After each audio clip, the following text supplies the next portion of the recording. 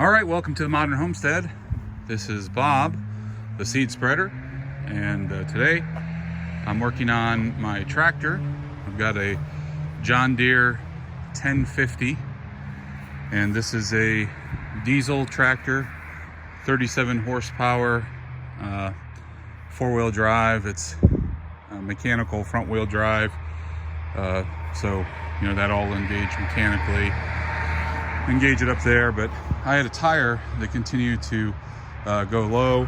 I'd fill it up, and I'm pretty sure it's right around this valve stem is where the leak is.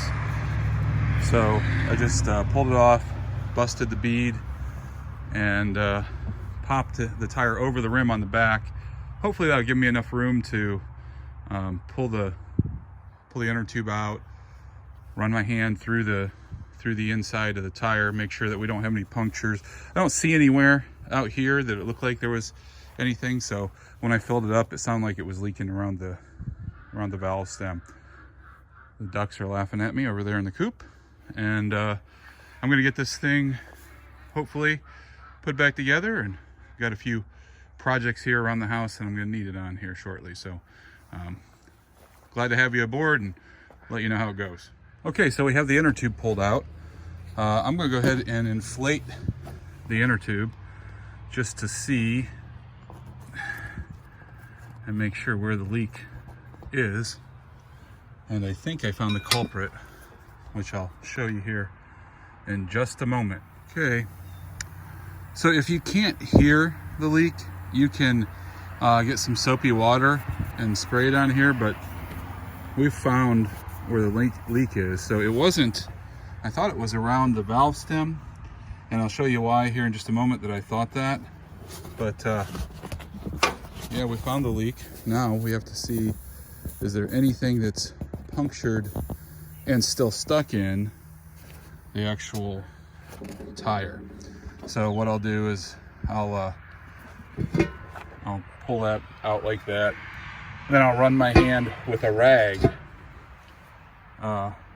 around through it, and that rag, if there's anything that's sharp or pointy through there, it'll grab on it. All right, so the good news is that I ran the rag around, and I do that first because this rag will catch on anything that's sharp and I don't want my hand hitting it. Then I run through with my bare hand, and I did that, and the good news appears to be that there is no whatever punctured it isn't still in the tire. So that's good news. Now, a couple things to note. So this is a very slow leak,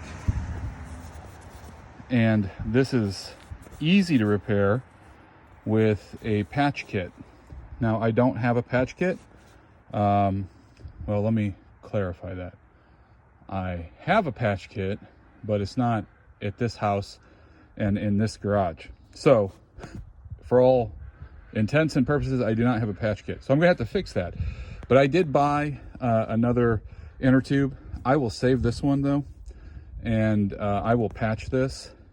And I mean, the times that we live in, you just don't know that there will be an inner tube available or not when you need one.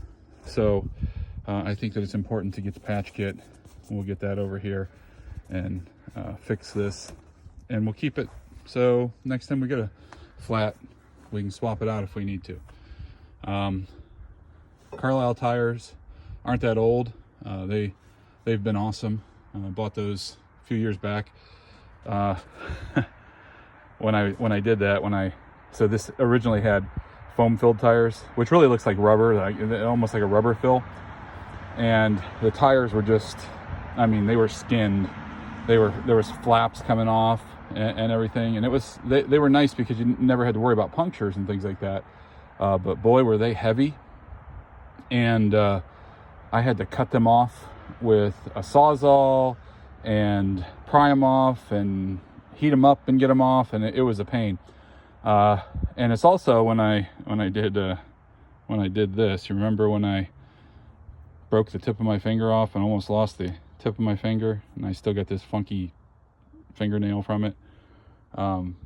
So be careful when you're working on these tractors. So you'll notice that there's not a real big ledge here.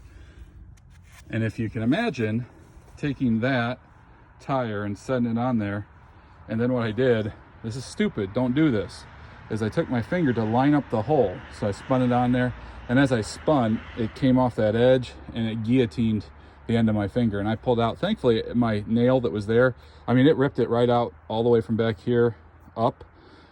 Thankfully, my nail slid off. I know that sounds horrible, and it was painful. It was like white hot pain, but thankfully my nail slid off, and the tip of my finger, which I've got a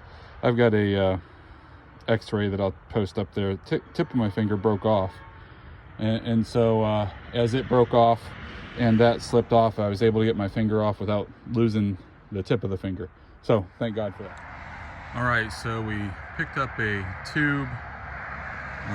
Also, I think I have one of these in my other toolbox, but grabbed another one of these for pulling this valve stem through.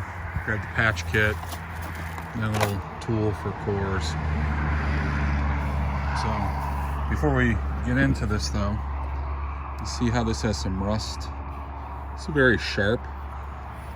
So I'm gonna knock this down, file it up a little bit, and then paint this in here so that we don't run into any issues there in the future. All right, so we just put in the new tube, got it mounted, 36 pounds. The cap's over here now on the front of that. And then we'll get this mess cleaned up. Tools and stuff there. So I ended up, so it's a 7/16 tire, but it takes a 550 600 16 tube. So yeah, there it is.